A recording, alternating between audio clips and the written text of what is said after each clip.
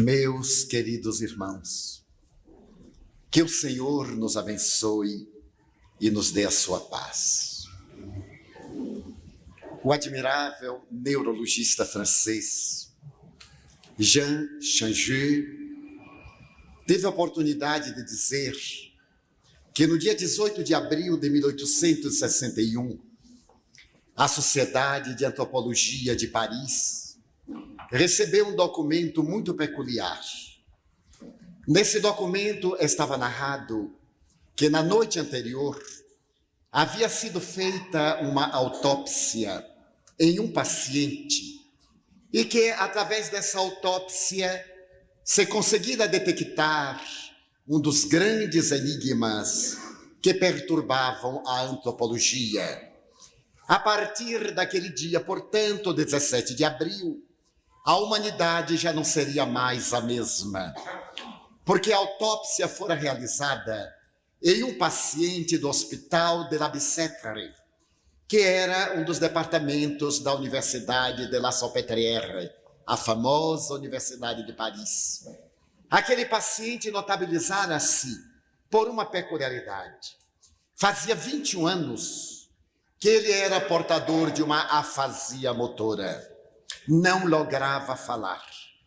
Apesar de raciocinar com lucidez, ele podia responder a questões por escrito, mas estava impossibilitado de enunciar as palavras. Toda vez que tentava, o senhor Le Borgne não dizia mais do que uma sílaba, tem, e por isso mesmo, ele passaria a posteridade sob a alcunha de Monsieur Le Temps, e o seu cérebro, até hoje, se encontra no Museu de Puteaux, em Paris, e tem o número 58. Aquele homem havia sido enigma, porém, há alguns dias, ele fora levado ao neurocirurgião, que também era antropólogo, para que fosse feita uma análise e, posteriormente, uma cirurgia para amputar-lhe uma perna que estava gangrenada. No momento em que ele chegou para o jovem médico, este percebeu-lhe que não era necessária a cirurgia, porque a gangrena já se irradiara por todo o aparelho circulatório. Não obstante, porque a perna estava quase em decomposição, o médico resolveu amputá-la, sabendo que logo após o paciente viria a morrer. O que aconteceu 3 dias depois da cirurgia.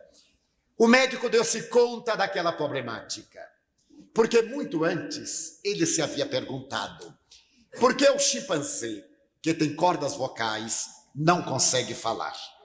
Por que, tendo ele o aparelho fônico, não consegue modular a palavra? E muitas vezes havia pensado, no dia em que a antropologia solucionar esse enigma, estaremos diante de uma era nova para a humanidade. Agora, ele tinha nas mãos a oportunidade. Um homem que, possuindo o aparelho fônico perfeito, não lograva expressar-se verbalmente. Tudo aquilo que se conhecia a respeito da palavra estava sediado na garganta, como sendo a repercussão do oxigênio do ar atingindo as cordas vocais. Porque aquele homem não lograva falar. O médico, logo que o paciente morreu, retirou-lhe o cérebro e deteve-se à luz bruxuleante de um lampião de bico de gás a examinar o cérebro, que até aquele momento era praticamente um enigma. Conhecia-se pouco do cérebro humano. As maiores observações haviam sido realizadas pelo frenologista inglês Gall, no fim do século XVIII. Ele se apoiara das experiências que vinham de Galeno, de Aécio, de Hipócrates, os pais da medicina grega. As grandes conquistas, em realidade, foram no século XVII, quando se havia identificado pela primeira vez a célula nervosa. Se havia percebido que o cérebro era constituído de umas células especiais, células que não se reproduziam. Diferentemente das outras células que, morrendo, davam surgimento às suas continuadoras, aquelas, ao morrerem, desagregavam-se. Pela primeira vez se pôde observar aqueles filamentos delicados, minúsculos, e os aparelhos de observação empírica eram aparelhos destituídos de amplas possibilidades. Estabeleceu-se que aquela célula tinha um núcleo, o axônio, e às vezes formava filamentos, que mais tarde foram denominados em grego dendrites, que significam ramos ou árvores.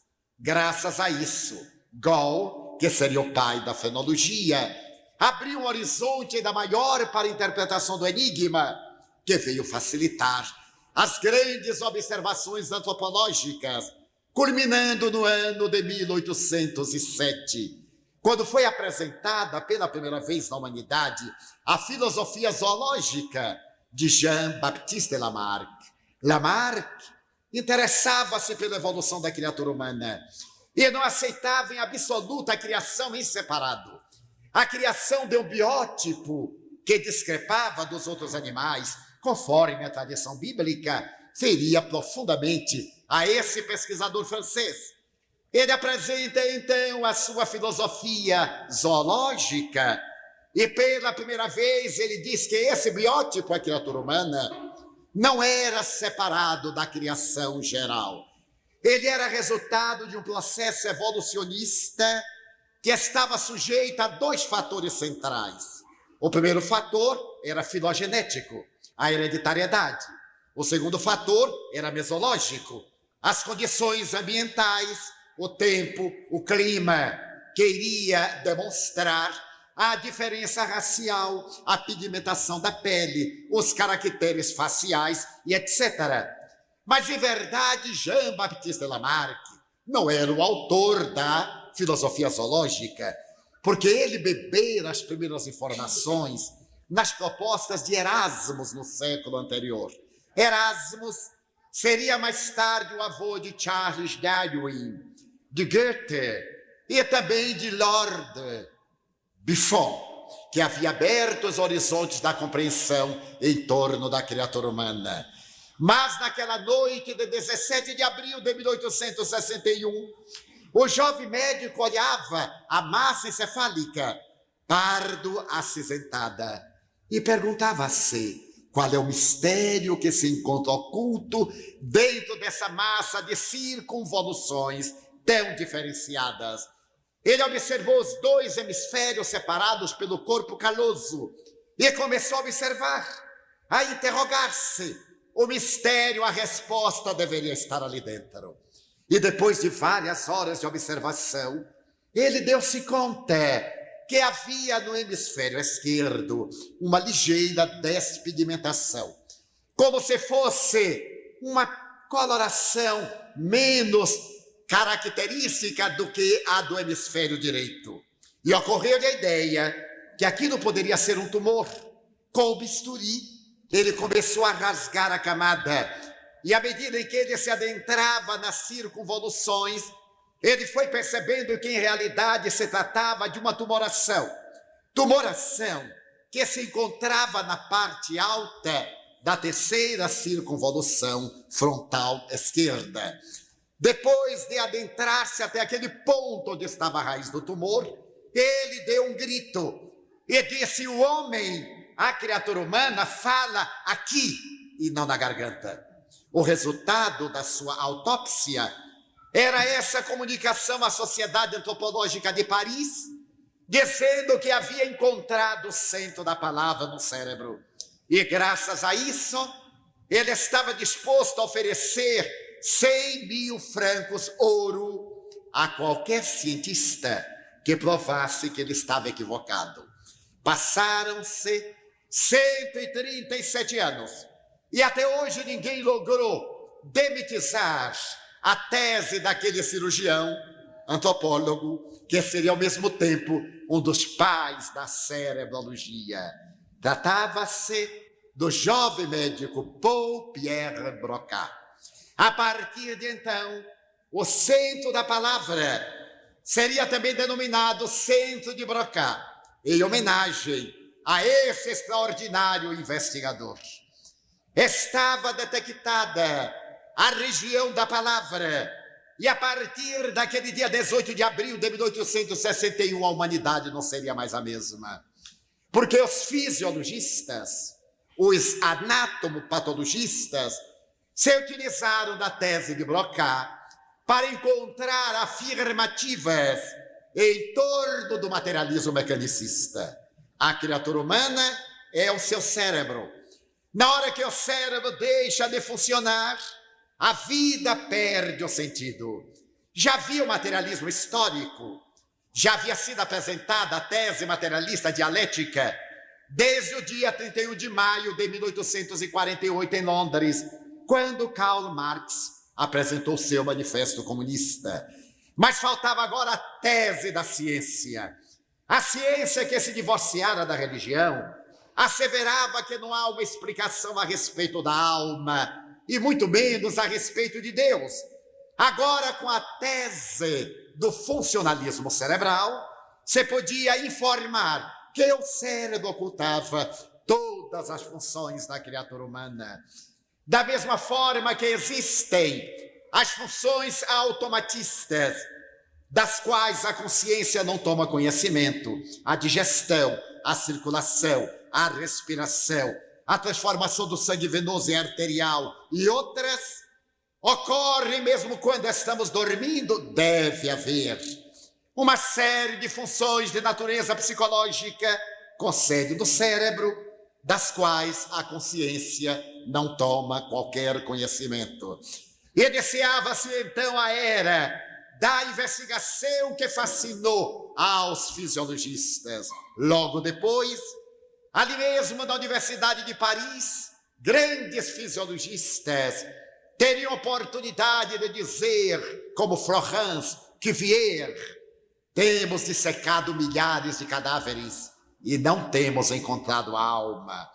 3 químicos alemães levantaram-se empolgados e, através de um deles, o Dr. Carlos Vogt, declararam a alma. A alma é uma sudorese cerebral. Da mesma forma que a urina é uma excrementação renal e a bilis é o hormônio do fígado, a alma é um suor cerebral. Não existe, senão através dos partidaristas da ignorância e dos ingênuos que aceitam a fé religiosa. Mas no ano de 1882, conta também Jean Changeux, um jovem que realizava pesquisas em um velho antiquário na cidade de Luxor, no Egito, foi levado a observar 17 tiras de papiros que estava naquela loja coberta de poeira. Observou demoradamente aquelas tiras de papiros e não saberia dizer como se interessou por elas. O antiquário lhe falou que, em verdade, eram famosas. Elas deveriam ter pertencido a 1700 anos antes de Jesus. Ele as comprou por uma expressiva soma e levou-as para Chicago. Ofereceu-as ao Departamento de Antiguidades Orientais da Universidade de Chicago. Esse trabalho desse pesquisador, o Sr. Edwin Smith, iria abrir um novo horizonte para a ciência, porque durante 50 anos aquelas tiras de papiros ficaram guardadas, até que o diretor daquele antiquário oriental, o jovem James Breasted, resolveu decifrá-las. Ele era egiptólogo, ele conhecia a escrita e foi tomado de uma grande surpresa. Aquelas 17 tiras de papiros narrava 14 cirurgias médicas realizadas pelos egípcios 3.000 anos antes de Jesus, no chamado Império Egípcio Oriental. E narravam que pela primeira vez na história da medicina, o cérebro aparecia individualizado, com nome, com funções. Aqueles egípcios haviam realizado trepanações cranianas e perceberam que uma pancada de um lado produz paralisia do outro, como se os nervos fossem trocados. Uma ferida no pescoço produzia muitas vezes a inibição de determinada faculdade. Por exemplo, o caso número 6 narrava que uma pessoa tomou uma pancada na cabeça e ficou cega. Outro teve qualquer coisa que lhe varou o crânio e atingiu o cérebro e perdeu a fala. Então, James Breasted apresentou esse trabalho extraordinário com 4, 5 mil anos, antecipando a história da cerebrologia. Dentro dessa descoberta, em 1932, os cerebrologistas começaram a modificar as suas observações. E se pôde constatar que aqueles neurônios, as células nervosas, que foram encontradas no século XVII, não eram casuais. Imagine-se que se acreditava que o cérebro não era importante para a vida. Importante eram o coração, o baço e o fígado. A pessoa pensava pelo baço. Sim, diziam os médicos. E ainda dizem algumas coisas fora de moda. Mas naquela época dizia que se pensava pelo baço, que se amava pelo coração. O próprio Pascal disse que Deus estava escondido no coração, porque era o órgão do sentimento. E até hoje, quando nós dizemos eu te amo, bota a mão no coração. E te amo com o coração. O que sempre dá em tragédia, porque quando se ama com a cabeça é melhor, mas com o coração é desastre à vista. O cérebro ficou desconsiderado. Começou a receber cidadania no século XVIII. No século XIX passou a ser respeitado. E no século XX se tornou cidadão universal. Porque se descobriu que essas células nervosas, chamadas neurônios, eram responsáveis pela vida. No começo do século, chegou-se a dizer que a criatura humana possuía aproximadamente 1 bilhão de neurônios. Mas na década de 30, com as descobertas de James Breasted e agora com o aperfeiçoamento dos microscópios, se teve a audácia de dizer que uma criatura humana possui aproximadamente 10 bilhões de neurônios. E que é graças aos neurônios que nós envelhecemos, porque eles morrem, não se repetem. À medida que nós vamos vivendo, morrendo o neurônio, tendemos à caquexia, à perda da memória. E se criou o mito que uma pessoa de 40 anos já não aprende mais nada.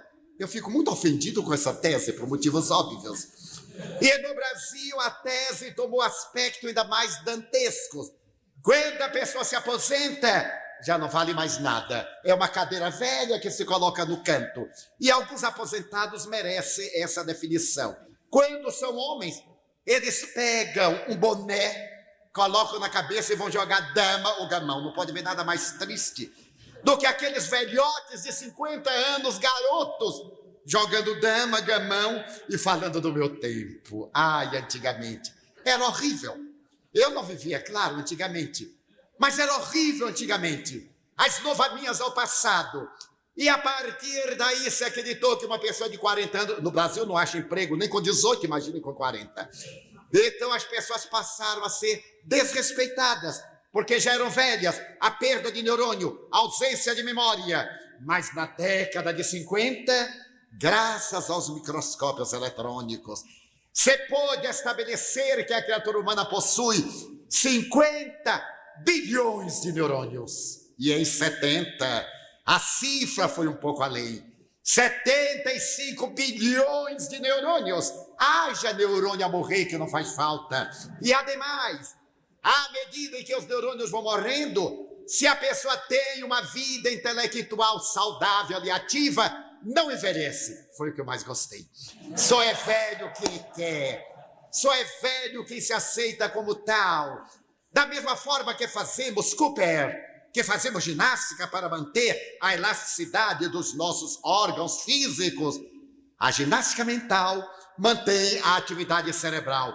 E na década de 90, estabeleceu-se que aquele número era insignificante. Nós possuímos aproximadamente 100 bilhões de neurônios, sendo que os homens possuem muito mais neurônios do que as mulheres. Para nada.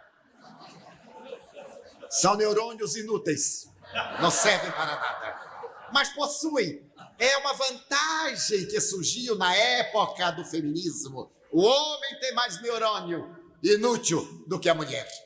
E isso é muito bom, porque veio demonstrar que, em realidade, a vida começa aos 80.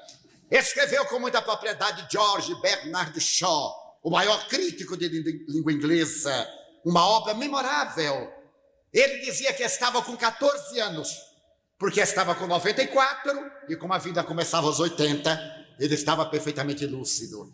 Quem se não lembrará de Golda Meir, de Charles de Gaulle, dos admiráveis gênios como Albert Schweitzer, octogenários e lúcidos, Madre Teresa de Calcutá, que desencarnou com 87 anos de idade. Não fosse o coração, a lucidez extraordinária dessa mulher, que em momento algum se permitiu a paralisia, se permitiu aceitar qualquer tipo de aposentadoria. Então os neurônios cerebrais passaram a ser mais respeitados e a velhice passou a ser postergada. Eu confesso, tenho a memória hoje mais lúcida do que aos 40 anos, porque não me permitia envelhecer. Enquanto os meus amigos me dizem, mas Divaldo, você está ótimo, eu digo, está, não sou, porque quem está, deixa de ficar. Agora quem é, não tem jeito. E alguns ainda se atrevem a me dizer, você está conservado como se eu fosse peixe que se encontra no freezer. Em absoluto, eu sou uma pessoa lúcida, jovem, porque não aceita absolutamente a aposentadoria. Ao aposentar-me, é que comecei a viver. Não pode haver nada pior do que a pessoa que se aposenta e recebe o atestado de velhice, que eu digo às mulheres. Pode haver nada pior do que o marido aposentado dentro de casa? Ela acende a luz, ele apaga. Ela acende um bico de gás, ele apaga para fazer economia. Ela vai para o lugar, ele vai atrás. Pelo amor de Deus, ponham para a rua. Mandem trabalhar na USE. Mandem fazer caridade, mandem visitar lares. Será que o trabalho só vale quando é remunerado? O indivíduo já tem o ganha-pão digno, agora vai ser útil desse. E pode haver nada pior do que mulher aposentada, com bobe na cabeça para ir jogar. Tanta loucura e falar da vida alheia, ir para o salão de revista. Coloca essa mulherada para ser mãe. Essas mulheres maravilhosas, de 45 anos, quando estão na plenitude da sabedoria, quando em verdade atingir o ápice da beleza interior, quando todo o organismo está agora na maturidade, no equilíbrio, para que se tornem as mães da humanidade. Estendam os braços, construam uma sociedade melhor, deem-se à causa do bem. Então a neurologia veio abrir um espaço extraordinário para a criatura humana. E mais do que isso, veio demonstrar que o cérebro é o instrumento da vida, mas não é a base da vida. Porque os cerebologistas constataram que pessoas que tiveram o cérebro varado por um projétil e as áreas nobres perfuradas eram absolutamente normais, enquanto outros possuíam uma cerebração equilibrada e, no entanto, eram psicopatas. Essas preocupações levaram os psiquiatras à conclusão de que não existem doenças mentais. Existem transtornos mentais, porque a mente não enferma, porque a mente não é do cérebro. A mente pertence à energia que pensa, e essa energia que pensa prescinde do cérebro, mas ele não prescinde da energia que pensa. As grandes observações na área da psicologia transpessoal, também chamada quarta força, vieram a favor dessa tese de que a criatura é o cérebro através do qual a vida se expressa. Mas é a vida em realidade, esse princípio inteligente do universo, conforme definiram os espíritos Allan Kardec, na questão de número 21 do Livro dos Espíritos e repetindo na questão 78, esse princípio inteligente que move a criatura, como diziam os latinos, mens agitat mole, o espírito move a matéria e se comunica através desses neurônios. O cérebro deixou então de ser um órgão para tornar-se a glândula mais nobre do equilíbrio da criatura. Pesando em média 1,3 kg, ele absorve 20% do oxigênio que a pessoa respira. E, invariavelmente, ele pesa 2% do volume total de uma criatura. As células que o nutrem alimentam-se do oxigênio do ar, diferindo um pouco das outras que vivem banhadas em um líquido salgado. A célula nervosa é essencialmente aeróbica. Ela se nutre dessa energia que o oxigênio do ar lhe transmite e consegue tornar-se a causa de vários fatores para a vida. Os estudiosos notaram que a nossa vida se dá através de pequeninas expressões celulares. E essas expressões são as responsáveis pelas enzimas que mantêm a nossa realidade. Detectaram, por exemplo, que esses neurônios produzem peptídeos. São pequeninas células que são fabricadas em nosso intestino, estômago e particularmente pelo cérebro, neuropeptídeos. Em uma área nobre, estão na área quente, na límbico-hipotalâmica. Não foi por acaso que o hipotálamo foi colocado acima da nossa coluna e abaixo da nossa região cerebral. É exatamente ali que se dá a interação mente-corpo, espírito-matéria. Um dos maiores físicos quânticos, o Dr. David Bohm, acompanhado pelo colega Stuart Wolff, estabeleceram que não se trata de uma teoria e vieram corroborar que a criatura é o que dela ele faz. Tese kardeciana. É o espírito que modela a matéria. A nossa vida é resultado da nossa ação mental. Pense em tristeza e terá amargura. Pense em alegria e poderá sorrir com felicidade. Na autoterapia, no amor-terapia, na realidade do evangelho-terapia, não se trata de um fenômeno sugestivo. Eles conseguiram provar, principalmente o Dr. David McClelland, da Universidade de Harvard, que o placebo não é uma ilusão. A pessoa conduz o placebo sem saber que é um placebo. E no Brasil nós estamos usando placebo sem saber que todos os remédios são falsificados. A gente pensa que está bom e não está. Alguns morrem, mas outros também não morrem, vão morrer depois. Como faz o governo conosco? O nosso governo, com todo o amor que nos merece, não nos mata de vez. Mata devagarzinho, mas mata. Devagarzinho, ninguém escapa. É o placebo. Eu mesmo estava com uma problemática recente e durante 20 dias tomei um antibiótico. Quanto mais eu tomava, mais piorava. Até que eu disse, deve ser falso remédio. Claro que era. Então eu recorri à homeopatia, doutor Bezerra de Menezes, em 3 dias fiquei bom. E eu disse, mas doutor Bezerra, o senhor que receita tanta gente pelas minhas mãos, sabendo que eu estava com esse problema, o senhor não me passou nenhum remédio? Ele disse, pois é, meu filho, você não pediu.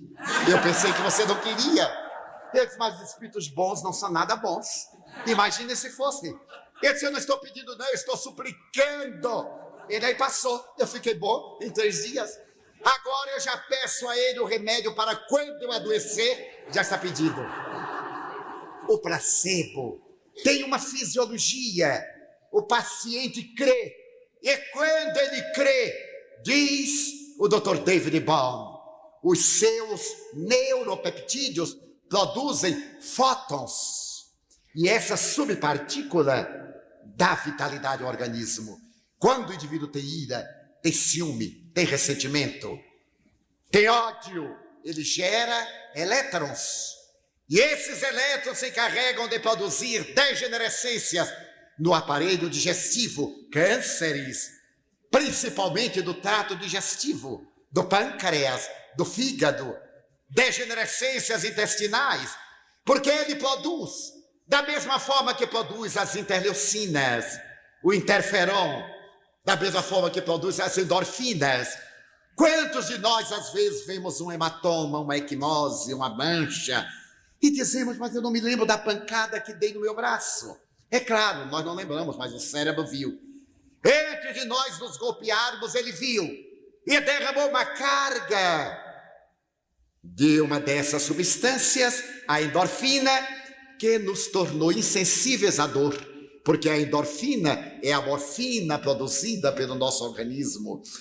Outras vezes olhamos uma pessoa que nos é querida e temos uma descarga de adrenalina. Sorrimos e uma de que nós não gostamos, temos outra descarga de venonina. A gente então diz assim, meu Deus, era só o que me faltava. A vida passou a ter um sentido e é exatamente nessa área límbico-hipotalâmica que está a estrutura espiritual que se irradia pela glândula pituitária para poder manter o equilíbrio hormonal das demais glândulas do nosso sistema endocrínico. Daí, os modernos estudiosos estabeleceram: vamos anular os 3 sistemas, o sistema nervoso central, o sistema endócrino e o sistema imunológico, e vamos criar apenas um sistema. E criaram uma palavra muito bonita, a psiconeuroimunologia. Através do psiquismo, harmonizemos o nosso sistema nervoso central, equilibremos as nossas glândulas endócrinas e ficamos imunes às infecções. Eu falava isso com o diretor da Faculdade de Medicina da cidade de Salvador e comentava que estava deslumbrado com essa conquista da ciência. E ele perguntava, você sabe disso desde quando? E eu disse, desde 1990, quando eu psicografei um livro de Joana de Ângeles. E ela narra que nós poderemos ser susceptíveis a infecções ou não. As pessoas introvertidas, as pessoas que conservam mágoas, adoecem muito mais do que as extrovertidas, as joviais, aquelas que dizemos em bom português, entre aspas, as pessoas meio sem vergonha. Alguém nos ofende desse problema dele. Agora, aquele que tem muita vergonha, ele me ofendeu, ele me paga. Até a próxima encarnação. Eu estarei na porta do umbral esperando por ele. Vai antes mesmo, não há dúvida. Porque nós geramos fatores que matam os nossos defensores orgânicos. Ele sorriu para mim e disse, ela voltou a falar do assunto, eu disse, não senhor. Pois bem, eu vou lhe dizer, a mais recente conquista da ciência não é a psiconeuroimunologia, é a psiconeuroendoimunologia. Todas essas palavras reunindo os 3 sistemas básicos naquele que nos imuniza. Quando nós temos uma vida jovial, quando nós aprendemos a sorrir, não a gargalhar, de Joana de Ângeles, nós produzimos uma substância que é detectada na saliva da nossa língua e que está classificada como SIGA, imunoglobulina. Ela é a responsável pelo nosso equilíbrio. Foram realizadas experiências com portadores de câncer em estado terminal, portadores de AIDS. Levaram-nos a uma sala como esta, colocaram-nos em semicírculo e projetaram numa tela filmes de Charlie Chaplin, filmes dos irmãos Marx, filmes de Harold Lloyd, filmes dos 3 Patetas. E eles começaram a acompanhar tensos, mas as loucuras eram tão grandes que terminaram rindo. E ao terminarem, foram medidos e ali estava uma alta quantidade da substância que os defendia de gripe, de vários estados de contaminação. E levaram estudantes saudáveis para assistir filmes de guerra, Apocalipse Now, que fala da guerra do Vietnã, filmes de sexo explícito. E depois mediram-lhes a saliva e eles estavam com carência. Alguns ficaram resfriados durante a apresentação, porque mataram os fatores imunológicos. Tal atenção às altas descargas que eles derramavam de elétrons no organismo. Isso veio demonstrar que a mente não é física, a mente é a irradiação de um psiquismo que pode pensar sem o cérebro, embora o cérebro não possa pensar sem aquela presença. O Dr. Changé compara o cérebro humano a um computador, mas o Dr. Shirley, o mais recente neurologista americano, diz que a comparação é muito pobre, porque foi o cérebro que fez o computador. Portanto, o cérebro tem muito mais possibilidades do que a máquina que ele fez. E asseverou que nós usamos, como já sabemos, 10% do nosso cérebro.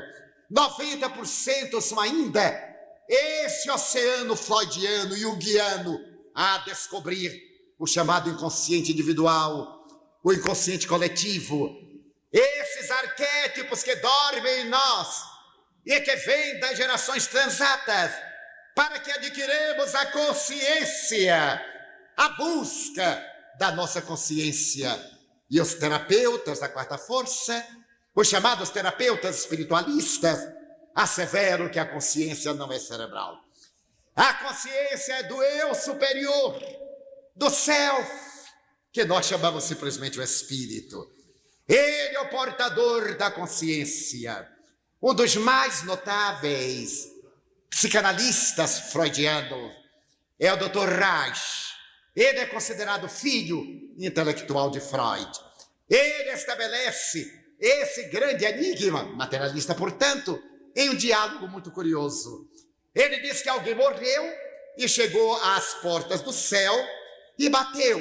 Então perguntaram de lá: quem é você? Ele disse: eu sou brasileiro, mas eu não perguntei qual é a sua pátria.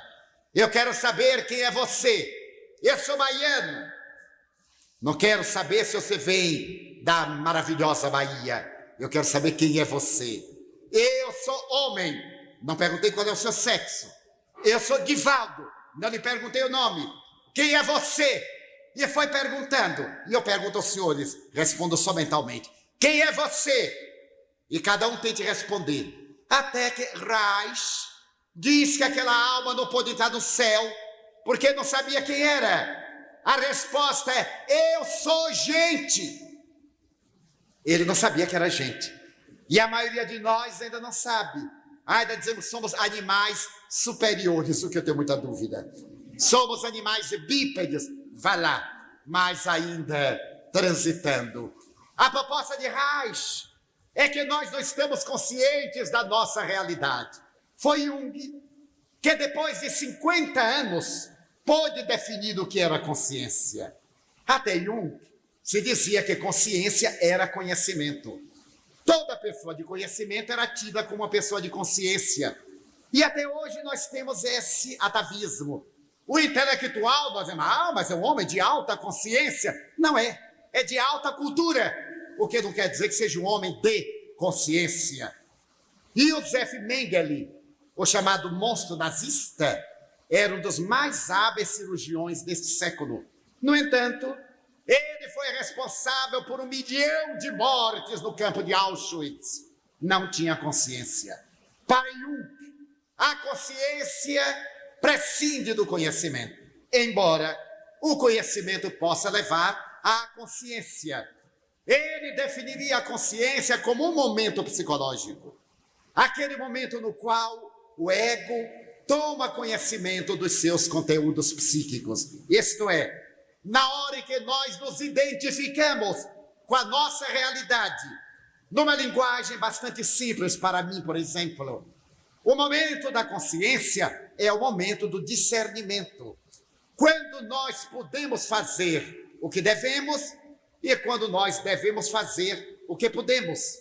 Porque muitas vezes nós podemos fazer uma coisa, mas não devemos. Outras vezes nós devemos fazê-la, mas não podemos. Uma pessoa inconsciente faz o que deve quando não pode, e faz o que pode quando não deve. Daí os desastres. Ele pode ultrapassar o sinal, mas não deve. Ultrapassa, tem uma batida.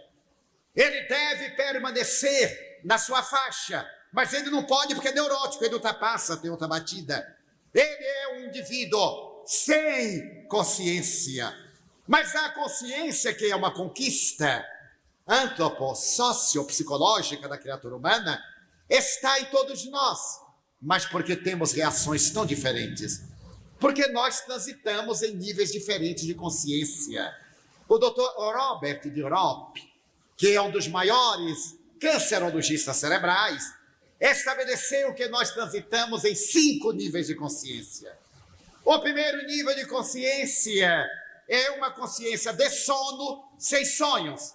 A pessoa pode ser um grande intelectual e não ser uma pessoa de consciência. Ele pode ter muitos títulos honoríficos, ser doutor de pós-graduação, ser PhD, e, no entanto, ser uma consciência de sono, isto é um indivíduo egoísta, egotista. Primeiro eu, depois eu, e por fim, eu mesmo. Nós encontramos alguns no movimento espírita, os donos da verdade.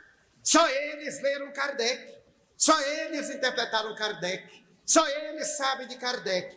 Um dia eu disse a um amigo que é PhD em Kardec, eu disse, engraçado, eu também já li esse senhor várias vezes, há 50 anos. Você crê que para eu tomar uma decisão eu deverei consultá-lo na condição de um teólogo? Eu sou livre para pensar em doutrina espírita, e você é livre para não aceitar a minha tese, mas eu dever de respeitá-la e não de agredir-me. Você pode discrepar em tese, mas nunca descer a vilania de atacar o indivíduo ou a instituição, porque isso é falta de argumento. Quando nós discrepamos ideologicamente. E eu me recordo de Voltaire. Embora eu não concorde convosco, defenderei até a morte o vosso direito de dizer o que pensardes. Mas ele era um grande intelectual, meu amigo, tem muitos títulos. E quando ele diz uma coisa, deveremos curvar-nos, pensa ele. Só que eu aprendi na doutrina a não me curvar, a me curvar quando vem a aprovação, obedecendo a um lindo provérbio árabe. A palmeira no deserto, que não se curva ante o vendaval, vai arrancada. É uma atitude de sabedoria curvar-se para passar o simum. Depois ela volta à postura anterior. Na hora da prova, humildade, resignação e gratidão a Deus. E depois nos colocarmos de pé, porque o nosso mestre morreu de pé, não no chão, mas no ar, porque ele é a ponte que nos liga a Deus. E é o exemplo de que morreu de braços abertos para afagar a todos. Então, o primeiro nível de consciência é a de consciência de sono sem sonhos. A pessoa passa para o segundo nível, consciência de sono com sonhos. Isto é, a pessoa de vez em quando tem um insight e diz, sabe de outra, eu sou espírita, eu vou deixar de ser espírita de gabinete, eu vou me filiar à USE. Eu vou me filiar à USE. É um insight. Se filia à USE, no outro dia ele quer consertar a USE. A USE já não serve mais, porque é uma consciência de sono, com sonhos, mas já é um passo. Ele já pensa em ser útil. É a pessoa que adora dar passe. Quando eu me tornei espírita, eu já andava com as mãos assim. Quando a pessoa chegava, já dava um passe. Na hora que eu vivi o espiritismo, eu entendi que o passe veio da misericórdia divina e já não me atrevo a erguer as mãos para interferir no destino de ninguém. Todo indivíduo que se faz consciente sabe o caminho. E a tarefa daquele que conhece é apontar rumos, mas cada um tem que seguir a estrada da experiência. O terceiro nível de consciência, segundo o Dr. Robert Birop, é a consciência de sonho, a consciência desperta. Nesse momento de consciência desperta, o indivíduo é útil, ele se vincula ao ideal. Ele não é aquele que critica, é aquele que corrige. Ele não é o que acusa, é o que retifica. Ele não é o que combate, é o que socorre. Ele é a pessoa que está a trabalho. E o Dr. Lopes diz que passa ao quarto nível, a transcendência do ego. Na transcendência do ego, ele deixa o pronome da primeira pessoa e passa a dizer nós. É uma Madre Teresa de Calcutá. Eu sou um lápis na mão de Deus. Ele escreve por mim o que quer. É o venerando Chico Xavier. Eu sou um amanuense dos espíritos. É o apóstolo Paulo. Já não sou eu quem vive, é Cristo que vive em mim. É Pasteur. A minha vida é a caça aos micróbios. É Schweitzer. Eu vivo em função dos meus irmãos de La Barrenée. São as mães anônimas que deixam de viver para que seus filhos vivam. São as mulheres anatematizadas nos lares que renunciam para que seus esposos brilhem. São outras mulheres notáveis, como a esposa de Gandhi, a esposa de Pestalozzi, a esposa de Allan Kardec. Quando eu falo sobre as mulheres, eu nunca me esquecerei de uma experiência. Eu que me acredito um grande feminista, ou feminista grande. Eu estava certo dia dizendo a respeito da mulher. E Joana de Ângeles, a mentora espiritual, nas encarnações de quem me deu notícias, esteve sempre na forma feminina. E eu estava entusiasmado, dizia assim: meus amigos, atrás de todo homem extraordinário tem uma mulher mais eloquente. E Joana de Ângeles me disse: por que atrás? Era uma remanescência do machismo. Eu disse: ela começa atrás, passa para o lado e puxa o homem. Eu espero que ela haja gostado, porque ela não disse nada. Mas são essas mulheres notáveis, esses homens admiráveis, que trabalham de sol a sol, para que esse lar tenha dignidade, seu filho se celebrize. E ninguém recorda do pai idoso, nem o filho, que muitas vezes é jogado a uma casa de abandono, onde ele paga para que seja sustentado, mas não vai lá levar a sua presença. Atingiram esse grau de transcendência do ego e falam a respeito dos seus amores, eles que não são amados, com uma grande ternura, até atingirem o quinto patamar, a consciência cósmica. Eu e o Pai somos um. Mas é aí que o Dr. Hobbes diz: como se dá isso? Através das reencarnações, lentamente, patamar a patamar, nível a nível, nós vemos transferindo-nos. E a mim me fascina a grandeza de Allan Kardec, que nos apresenta na questão 621 do Livro dos Espíritos, onde está escrita a lei de Deus, ele interroga. E as entidades venerandas redarguem, por certo, em 1858, 59, porque não está na primeira edição. Na consciência, esta é a visão psicológica do Espiritismo, que precede a psicologia transpessoal 120 anos. Deus está na consciência, porque na época o conceito de consciência era conhecimento. Deus não estava no conhecimento, estava na consciência. E por isso o Espírito, verdade, vem nos conclamar: amai-vos e instruí-vos, para adquirirmos a sabedoria, o amor esclarecido da consciência. Porque quando amamos, não perturbamos, não prejudicamos, não caluniamos, não perseguimos, amamos. Simplesmente amamos, não perdoamos. Porque perdoar pressupõe uma mágoa anterior. Quem ama, não perdoa, ama. Perdoam aqueles que guardam ressentimentos. A doutrina espírita precede a obra notável de Paul Pierre Broca. Porquanto Allan Kardec, na questão 540 da mesma obra, já nos assevera na palavra dos Espíritos que tudo se encadeia em a natureza, desde o átomo primitivo até o arcanjo, porque o arcanjo de hoje foi átomo de ontem, assim como o átomo de hoje será o arcanjo de amanhã.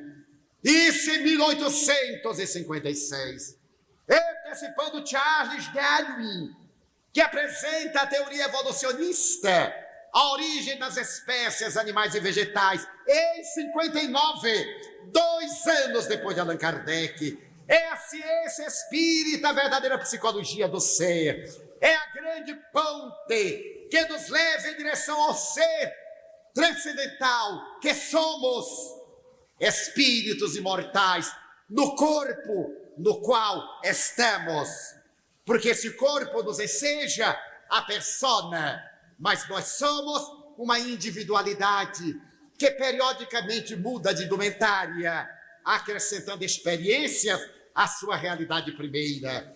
Chegamos então ao grande momento de dizer: não é o cérebro que produz o pensamento. O cérebro é a maquinaria que decodifica a onda mental, que passando através dos inputs e outputs desse admirável computador, transforma o psiquismo em verbalização, escrita, oral, musical, poética, artística de qualquer ramo, para falar da nossa realidade de seres transpessoais, espíritos imortais. Entre as muitas experiências vividas, recordo-me que certo dia na Mansão do Caminho, faz uns 10 a 12 anos, chegou uma senhora, e as pessoas quando estão sofrendo e não têm uma base estrutural de fé raciocinada, tornam-se agressivas. A dama chegou-se até mim, enquanto atendia várias pessoas, e então me disse: Edivaldo, eu quero dizer de início, eu sou psicanalista freudiana. O senhor já entendeu? Eu disse: não, senhora. Eu sou ateia. Eu disse: ah, que beleza. Então fique sabendo, senhor, que eu não creio em Deus, não creio no Espírito e não creio no Senhor. E eu digo: ela é psicanalista, mas é também muito mal educada.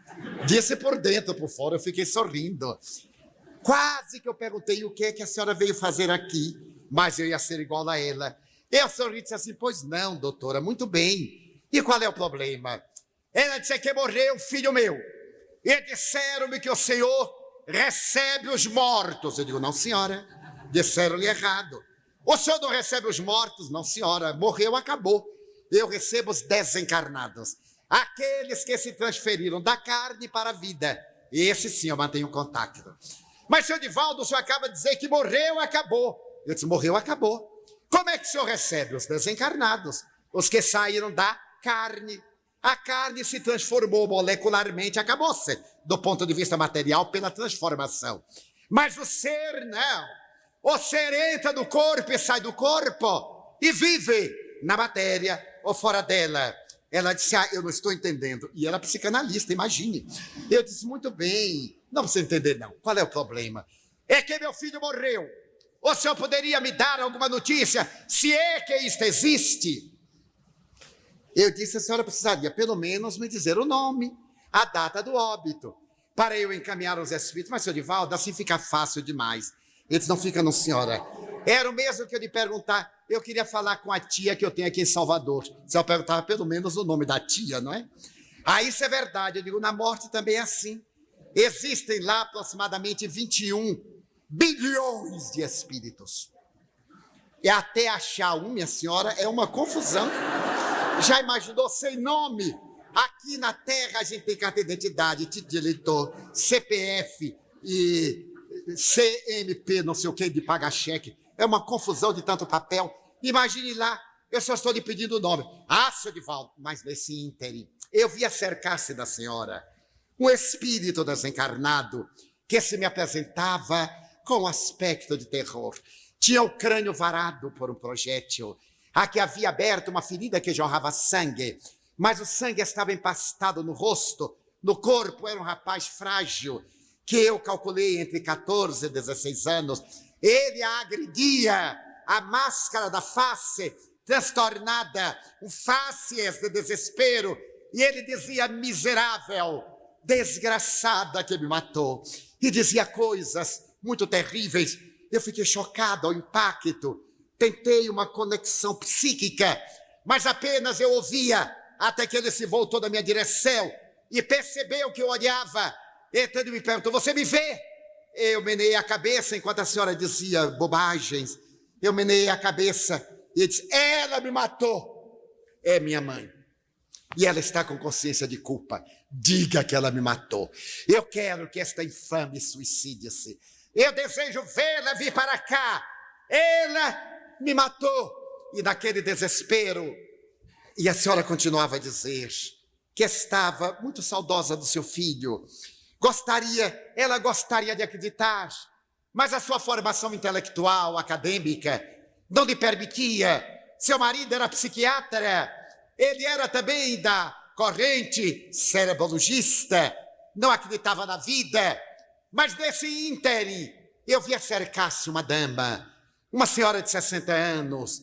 Essa senhora trazia um semblante de uma suave beleza que irradiava mirífica luz. Acercou-se de nós três, envolveu o jovem desencarnado, que começou a delirar e teve uma espécie de um vágado. Ela o recolheu nos braços e me disse: eu sou a avó, eu sou a mãe dela, diga-lhe que eu estou aqui. Eu desencarnei 2 meses antes do meu neto. Ele está aqui há apenas 40 dias. E é a primeira oportunidade que eu tenho de o socorrer. Meu neto suicidou-se. E ela começou a chorar.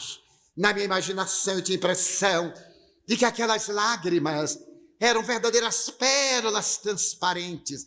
Não havia tristeza, havia amor, compaixão. E ela dizia: se o suicídio do meu neto é terrível, a angústia da minha filha que marcha para o suicídio não é menos cruel. Ajude-a, tenha compaixão dela. E começou a me falar e levou o neto. A dama agora chorava, sem dar-se conta. A irradiação daquele ser venerando fez-la momentaneamente comover-se. E ela me disse: eu amava meu filho, eu amava muito. Então Joana de Ângeles me contou, enquanto eu lhe coloquei as mãos sobre os ombros, pedi-lhe licença: doutora, deixe-me tocá-la. Eu queria transmitir-lhe um pouco de energia e paz. Toquei-lhe levemente nos ombros, envolvia numa onda de ternura, como se fosse minha filha, e até poderia sê-lo pela idade. Eu disse: doutora, não se aflija. Seu filhinho eu não tenho notícias, mas tenho de sua mãe. Sua mãe chamava-se fulana, na verdade. Ela morreu, desencarnou 2 meses antes, há 2 meses atrás, 2 meses antes também do seu filho, que morreu há uns 40 dias. Ela abriu os olhos e disse: Divaldo, mas o senhor é um telepata. O senhor está pescando isso no meu inconsciente? Eu digo: estou, sim, senhora. Estou pescando no inconsciente. Pelo menos a senhora não dirá que eu sou um mistificador. A paranormalidade é um fato, doutora. Ela é um ser angélico. Ama muito a senhora. E ela me diz que o filhinho suicida. Ela teve outro impacto. Porque Joana de Ângeles, nesse ínter, me contava que aquele filho único era a razão da felicidade dos pais. Mas, diferindo dos pais, ele era frágil, física e psicologicamente. Desde cedo ele revelou uma grande vocação religiosa.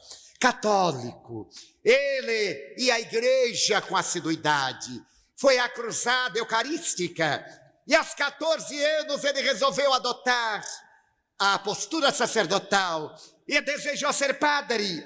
Quando falou aos pais, eles foram tomados de fúria e esbofetearam-no. Você deve ter um problema sexual, é frustração, você deseja autocastrar-se porque você tem alguma inibição. E partiram para a questão da libido sem nenhuma compreensão, sendo psicanalistas, da realidade profunda que é a psique humana. O menino ficou apavorado e disse: não, eu não tenho nada, eu sou normal, mas eu quero me entregar a Deus. Deus não existe.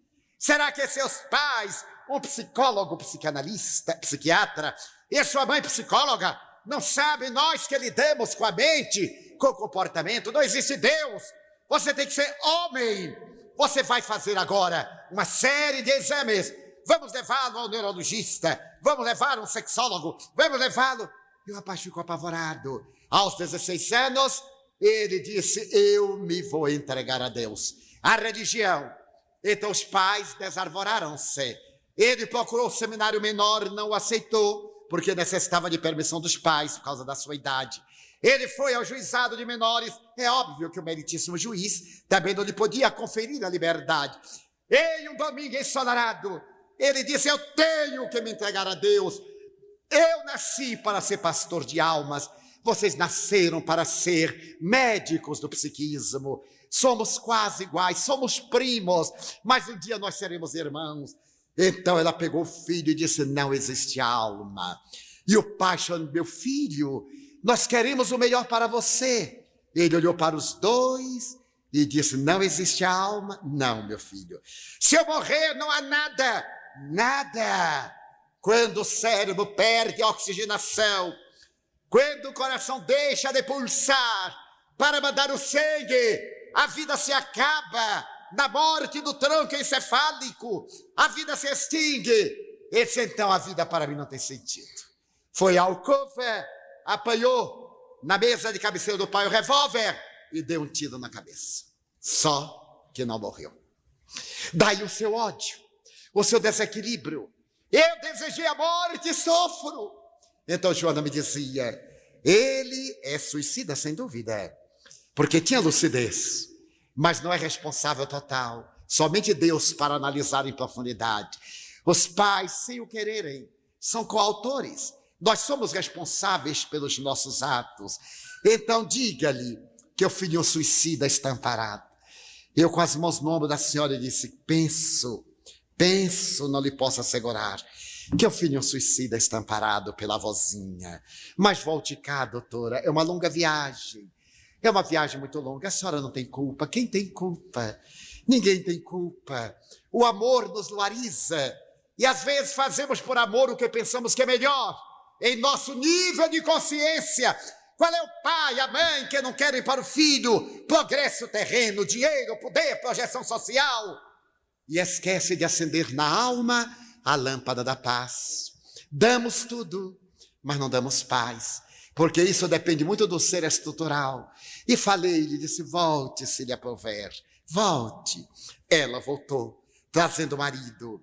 E eu lhes falei-lhes longamente, disse-lhes que o suicídio é um crime hediondo, ao lado da pena de morte, do aborto, com exceção do aborto que salva a vida da matriz, da gestante.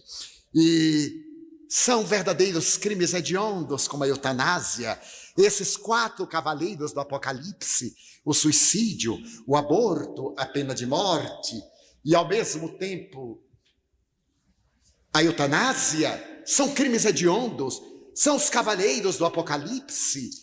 Eles são terríveis, mas Deus também é a suprema misericórdia, é o supremo amor. Deus pode minimizar. Falei-lhes, dei-lhes o livro dos Espíritos para lerem, pedi-lhes que meditassem, que reflexionassem, principalmente no capítulo número 1, e daqueles que eles são subsequentes. Falei-lhe demoradamente, voltaram, abraçaram a doutrina, e 1 ano e 4 meses após aquele primeiro contato, em uma reunião especial, o filhinho veio escrever-lhes, trazido pela avó, e escrevia chorando, a avó segurando-lhe a mão, ele segurando a minha, e as 3 mentes intercambiando através do perispírito. Entre outras coisas, a mensagem dizia assim, perdoe-me, mamãe, eu não sabia que para amar a Deus eu deveria ter tido paciência. A minha maior prova de que eu tinha uma tendência religiosa era ficar com vocês e falar-lhes de Deus. Eu teria que viver, perdoe-me, a grande frustração. Mas não se creia culpada, ninguém é culpado. Hoje a visão é de que ninguém tem culpa. Nós somos responsáveis, mas não culpados. Somos responsáveis pela nossa negligência, pela nossa ignorância, face à nossa visão e óptica entorpecidas. Escreveu-lhe com ternura, um dia nós nos encontraremos. A senhora não tem mais o filho carnal. Torne-se mãe dos aturdidos psicológicos que vêm até a senhora. Papai, você que é médico da psique, faça-se médico do espírito, da alma, mas não a alma cerebral, a alma ser imortal. Falou-lhes, escreveu-lhes 3 vezes em 3 anos subsequentes, e eles se tornaram espíritas, porque para o espiritismo não há contra-argumentação.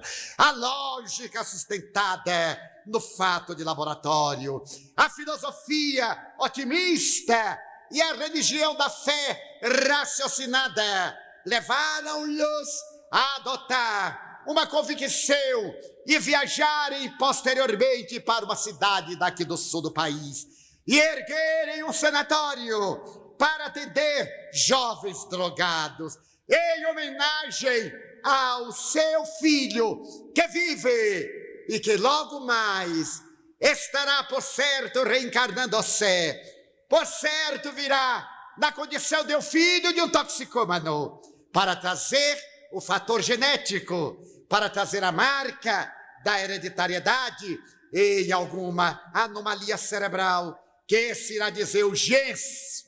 O gens não é o responsável, ele é o meio de que se utiliza o espírito para plasmar, através do perispírito de que tem necessidade para evoluir. Bendita essa doutrina, que nos congrega, que pode enfrentar face a face a razão, em todas as épocas da humanidade. Como disse muito bem o mestre Kardec, o espiritismo marcha ao lado do progresso, mas não se detém onde este para. Na hora em que a ciência provar que estemos errados em um ponto, abandonaremos este ponto e seguiremos a ciência, porque a ciência estuda efeitos e o espiritismo remonta às causas, ao ser espiritual que somos, no corpo em que nos apresentamos. Esta doutrina chega hoje à Terra, nesses últimos 141 anos, para construir a sociedade do amanhã. Mas ela somente surgirá depois do nosso exemplo, se soubermos plasmar em nós o homem novo, a criatura renovada, se tivermos a coragem de derrubar as velhas edificações do orgulho, do egoísmo, da insensatez e erguermos a criatura nova, ideal, de braços abertos para o mundo melhor. Não tergiversemos nem temamos, não nos deixemos recear, apesar das nossas dificuldades. Já saímos da consciência de sono sem sonhos. Já temos insights, lampejos. Alguns já estão despertos, outros já estão na transcendência do ego e alguns já estão viajando na direção da cristificação.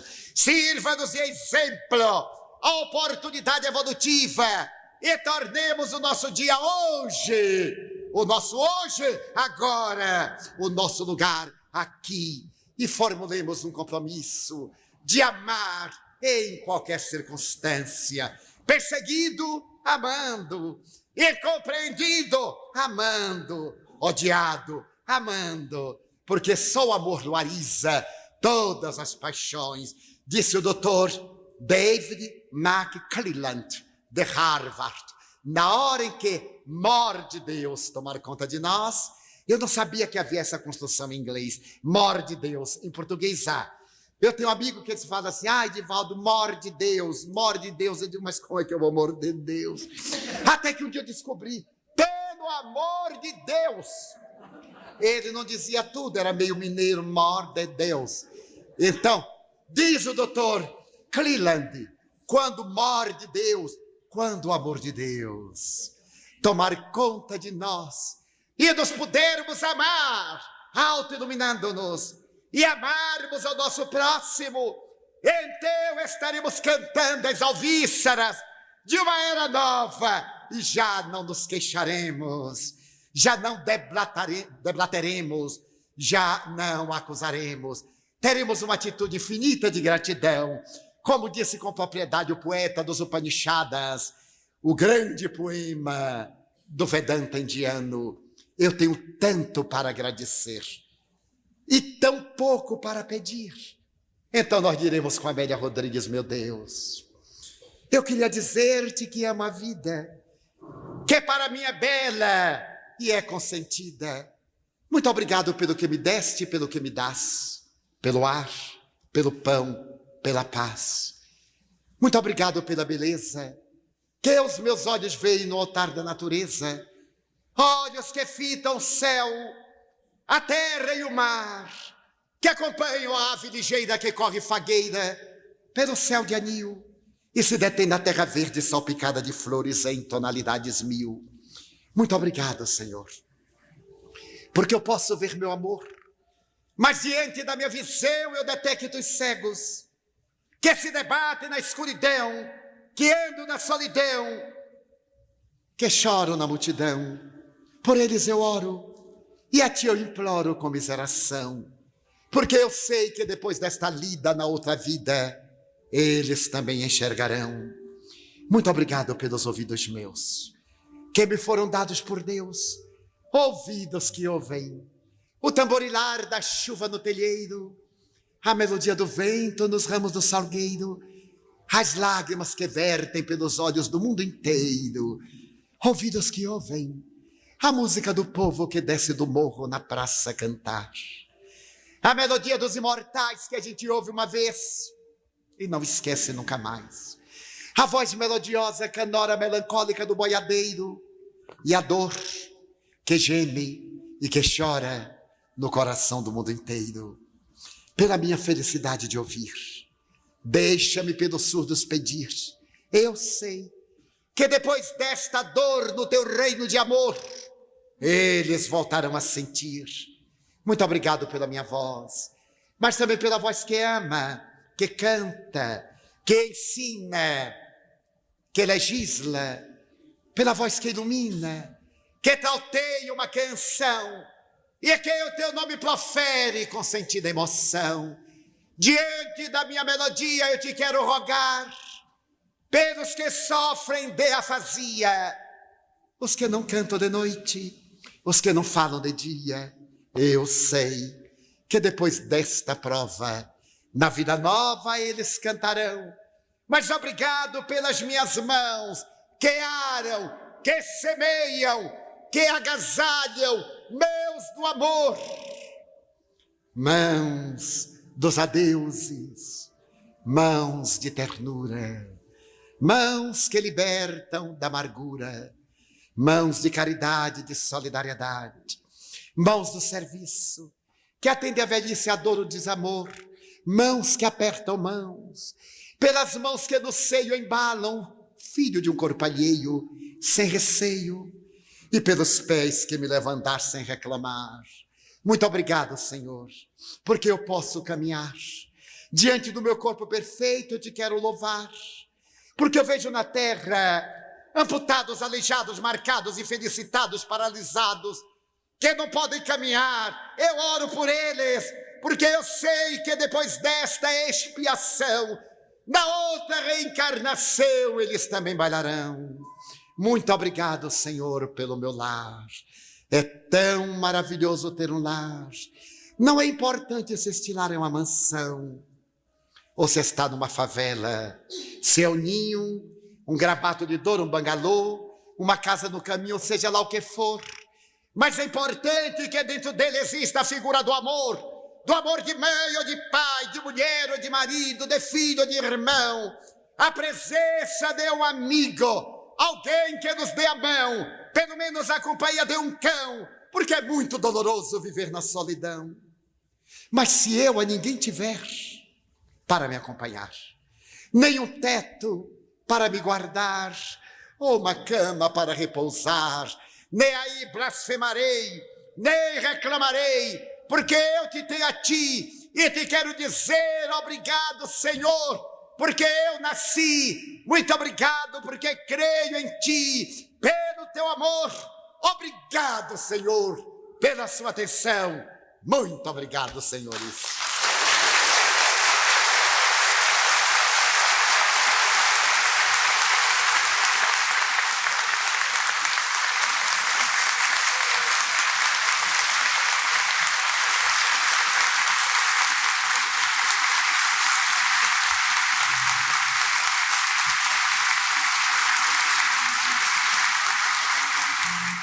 É importante lembrarmos que esse trabalho se deve a toda uma equipe da diretoria, vários colaboradores, e que, inclusive, a coordenação, né, dos preparativos desses eventos, há uma comissão que vem preparando e que é coordenada pela Júlia Lizu Oliveira, vice-presidente da USE. E nós pedimos a ela que passe as mãos do Divaldo, com os agradecimentos de todos nós, do CD que foi agora editado pela USE e que está sendo lançado nessa oportunidade.